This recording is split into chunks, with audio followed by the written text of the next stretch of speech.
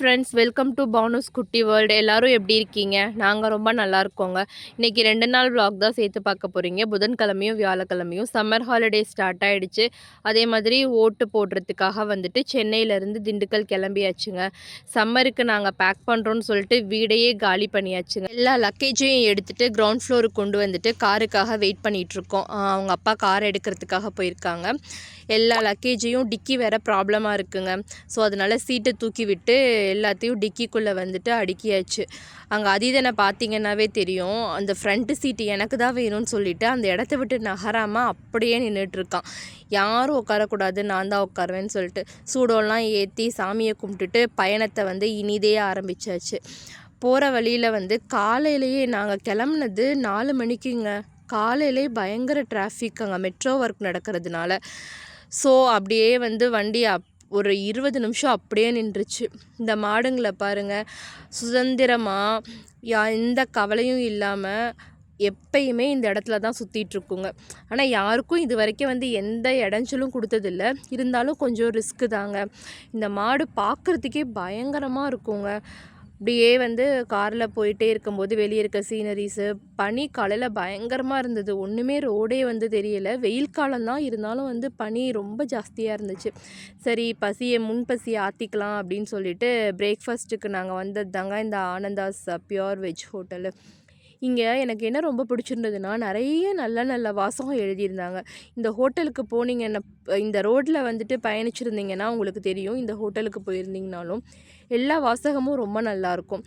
So நாங்கள் போயிட்டு பிரேக்ஃபாஸ்ட்டுக்கு வந்து அவங்க பொங்கல், நானும் அதிதனும் வந்துட்டு பிளெயின் தோசை ஆர்டர் பண்ணியிருந்தோம். நிலா வந்துட்டு கீ ரோஸ்ட். காரை ஸ்டாப் பண்ணதே நானும் அதிதனும் தாங்க.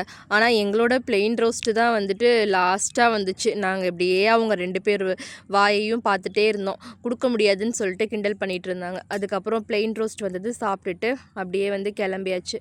ஸோ எப்பயுமே நாங்கள் வந்து சென்னை டு திண்டுக்கல் ட்ராவல் பண்ணோன்னா வழியில் வந்து ஏதாச்சும் ஒரு கோயில் விசிட் பண்ணிடுவோம். அப்படி இன்றைக்கி விசிட் பண்ணது தாங்க இந்த திருப்பட்டூரில் இருக்கிற பிரம்மா கோயில். ரொம்ப ரொம்ப அழகான கோவில். இங்கே வந்து பெஸ்ட்டு இதே வந்துட்டு தீபம் ஏற்றி வழிபடுறது. ஒவ்வொரு பிரச்சனைக்கும் எவ்வளோ தீபம் ஏற்றணும் அப்படின்னு சொல்லிட்டு கோயிலுக்கு வெளியவே மென்ஷன் பண்ணியிருக்காங்க. இந்த கோவிலோட சிறப்பை பற்றி நான் ஒரு தனியாக வீடியோவில் சொல்கிறேங்க.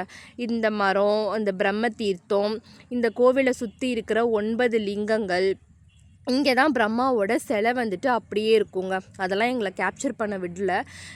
நான் வந்து என்னால் எது எடுக்க முடிஞ்சதோ எடுத்தேன். இந்த நந்தியும் ரொம்ப அழகாக இருந்தது. இந்த கைலாசநாதரும் வந்துட்டு இப்போ உருவாக்கின கோவில் இல்லை. அது வந்துட்டு நல்லா தெரியுது. அந்த கல்வெட்டு, அவரோட வந்துட்டு அந்த நேச்சரான இது எல்லாமே ரொம்ப அழகாக இருந்தது. நாங்களும் வந்துட்டு எங்கள் வேண்டுதலுக்கு தகுந்த மாதிரி தீபத்தை ஏற்றிட்டு கிளம்பிட்டோம். வீட்டுக்கு வந்து எதுவுமே என்னால் எடுக்க முடியலங்க. அதுக்கப்புறம் அடுத்த நாள் வியாழக்கிழமை நம்மளும் நம்ம ஜனநாயக கடமையை ஆற்றுவோன்னு சொல்லிட்டு ஓட்டு போடலான்னு வந்து பார்த்தா பயங்கர க்யூ. சரின்னு க்யூவில் வெயிட் பண்ணிவிட்டு ஓட்டை வந்து போட்டாச்சுங்க. இது வந்து எங்கள் ஊரில் இருக்கிற கவர்மெண்ட் ஹை ஸ்கூலுங்க. அவ்வளோ நல்ல ஸ்கூலு. எனக்கு தெரிஞ்சு வந்து எங்கள் அப்பா காலத்துக்கு முன்னாடி இருந்தே இந்த ஸ்கூல் இருக்குது. ஸோ ஓட்டை போட்டுட்டு சரி ஓகே, அம்மா ஊர்லேருந்து மாமியார் வீட்டுக்கு கிளம்பியாச்சு. தோட்டத்துக்கு வந்து எல்லா பசங்களும், என்னோட நாத்தனார் பசங்கள்லாம் வந்திருந்தானுங்க. தண்ணியில் நல்லா ஒரு குளியலை போட்டுட்டு செம்ம என்ஜாய் பண்ணிகிட்டு இருந்தானுங்க. நான் சரி நம்ம நாளைக்கு குளிச்சுக்கலான்னு சொல்லிவிட்டு அவங்களோட என்ஜாய்மெண்ட்டை மட்டும் கேப்சர் பண்ணேன். சிம்பிளான லஞ்சு தான் ரெடி பண்ணியிருந்தோம். ஆனால் இந்த மாதிரி குளிச்சுட்டு இலையில போட்டு சாப்பிடும்போது அதோட ஒரு டேஸ்ட் இருக்கும் பாருங்கள். அதுக்கு வந்து ஈடு இணையே கிடையாது. எல்லாம் சாப்பிட்டு முடிச்சுட்டு எல்லாம் கேம்ஸ் வந்து உள்ளேயே உட்காந்து விளாண்டுட்டு இருந்தாங்க.